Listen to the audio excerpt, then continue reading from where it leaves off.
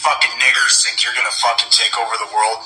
You guys can't even fucking handle taking care of Chicago, Baltimore, or fucking St. Louis. How the fuck are you gonna take over the world? You guys are so fucking ignorant. Why don't you go loot something? Why don't you go steal something? Shut your fucking rubber lips, you black piece of shit.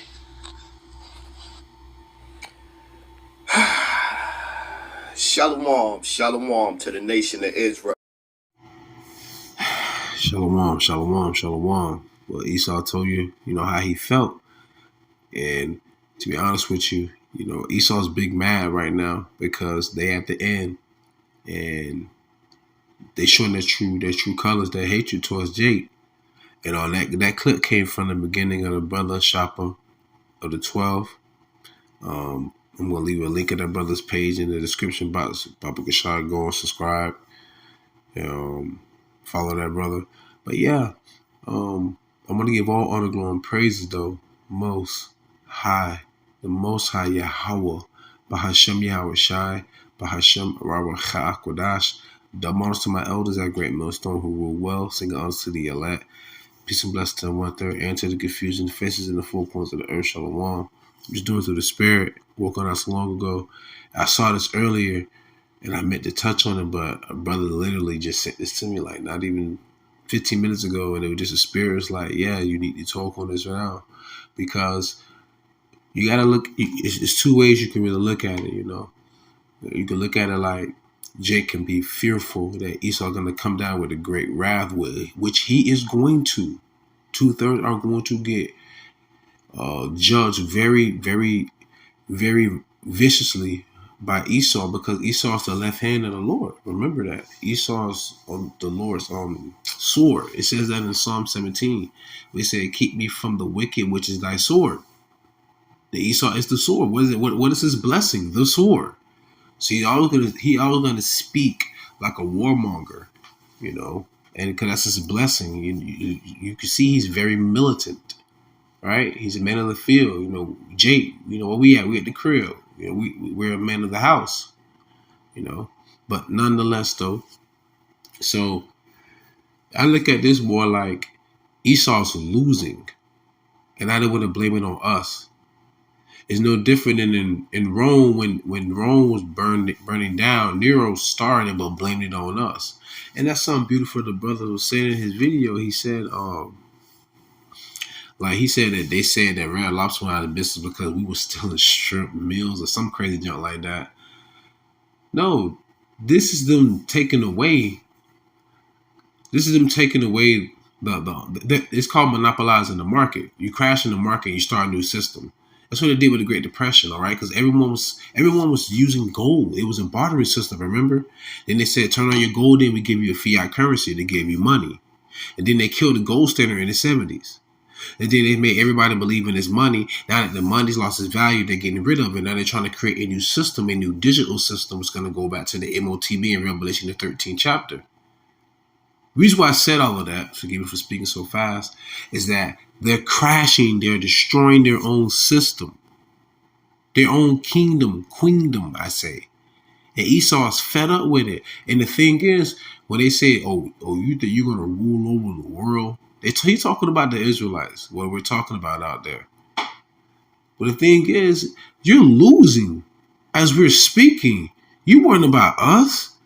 Are you not even looking at international commercing, international affairs, foreign affairs? Do you not watch international news rather than just looking at TikTok or whatever you're doing, my guy? Or meeting up with your bed sheets on your head with your buddies in the woods or whatever? Grab assing? Like, come on, man. But it's that perpetual hatred that he has for you, man. For us, what I mean you. For us, when I said you, I was thinking about 2/3. But it don't matter. They hate all. Hell, Esau hate his own people. Hell, you hear how they talk about each other when it comes to the president candidacy with every 4 years, right? You hear how they try and they bring all the dirt out on each other. They always try and throw each other under the bus, all of that. Show you how grimy they are, right? Anyhow, this is Amos chapter 1, verse 11. Thus saith the Lord, for 3 transgressions of Edom, and for 4 I will not turn away the punishment thereof, because he did pursue his brother with the sword, and did cast off all pity, and his anger did tear perpetually, and he kept his wrath forever. That's heavy. That same hatred that Esau had, and you gotta think about it, it's spiritual. What happened? Because who was Esau going back to the garden? Cain murdering his brother Abel, right? And then he had that curse. And then he had that curse where he became a leper, right? And that's what you would see today, someone who has melanin. Going back to Esau when he was born, remember names have meaning. YAHAWAH, meaning wasted away is he lacked the pigmentation. Then time goes on, here comes the Greco-Roman Empire with Philip of Macedonia, and then you have Alexander the Great, hence the 4 generals, then all the way up to the Herodian dynasty, and then came the fall. The head was wounded. Then the devil was cast into darkness for 1,000 years, going to the book of Revelation. Oh, what's that? Is that the 18? Is it? No, the 20. I think it's the 20th chapter, 18. And then they say he will loose for a little moment to go to deceive the world, which goes back to the Renaissance era, right? When you're reading the Bible in the New Testament, those are not Caucasian people killing Caucasian people, so-called Caucasian people, for you to understand in modern terms. When you're talking about the persecution of the you-know-who's, the JEWs, the Israelites, the Benjaminites, the Judahites, and the Levites, those were us. We've been saying that for years. You just don't want to hear it. You don't like it. Because we're at the bottom. We're the dregs. The Lord said we're the tail. The Lord said all nations walk past at us and hiss at us. We do look like everything that nations describe us to be. Because we actually fit all those curses. That's why we're saying when the Lord comes back to redeem his people, we're going to rule the world.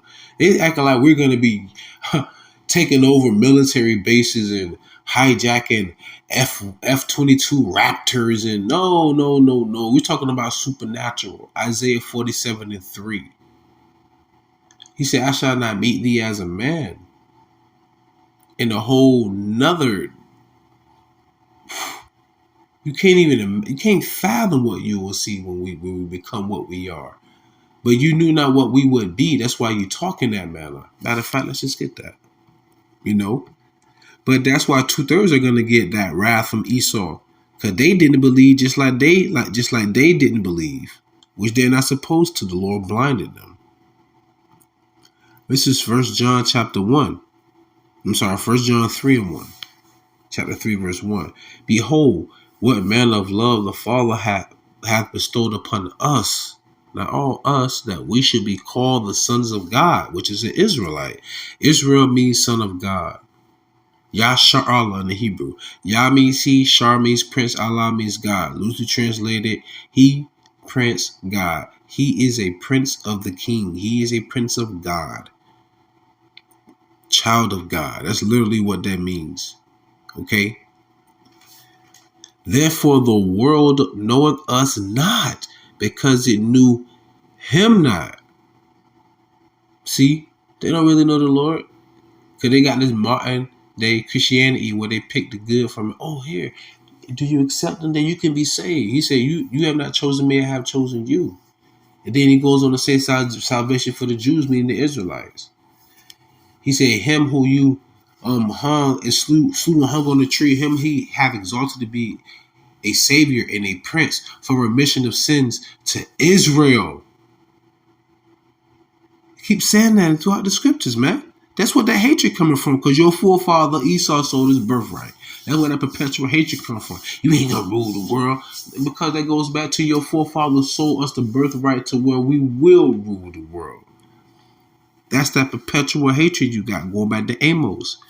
1 John 3:2. Beloved, now are we the sons of God, and doth it not yet appear? See, they're looking for that appearance. They don't believe it. It don't yet appear what we shall be, but we know that. We know. They don't, or 2/3 don't. We know that when he shall appear, we shall be like him, for we shall see him as he is. That's heavy. Because in Isaiah 47:3, it says, he shall not meet thee as a man. So when it says, when he shall appear, we shall be like him, we're not going to be just ordinary men. We have nothing to fear. Yes, through much tribulation shall we enter to the kingdom of heaven. But what the hell you think the Lord's going to allow to happen to the elect? I speak as a man when I said it like that. I'm just excited right now because I'm thinking about this precept. The Lord going to give us power too. Understand Isaiah 40:30. Even the youth shall faint and be weary, and the young men shall utterly fall. But they that wait upon the Lord, Yahawah, shall renew their strength. What does that mean? They shall mount up with wings as eagles. They shall run and not be weary. They shall walk and not faint. That don't sound like something that's human to me. You're going to mount up with wings like eagles? Last time I checked, wings give you, I don't say Red Bulls give you wings, but wings give you the ability to fly. You will run and not be tired. Walk and you won't faint. You're a demigod? You're a god all of us? Yes.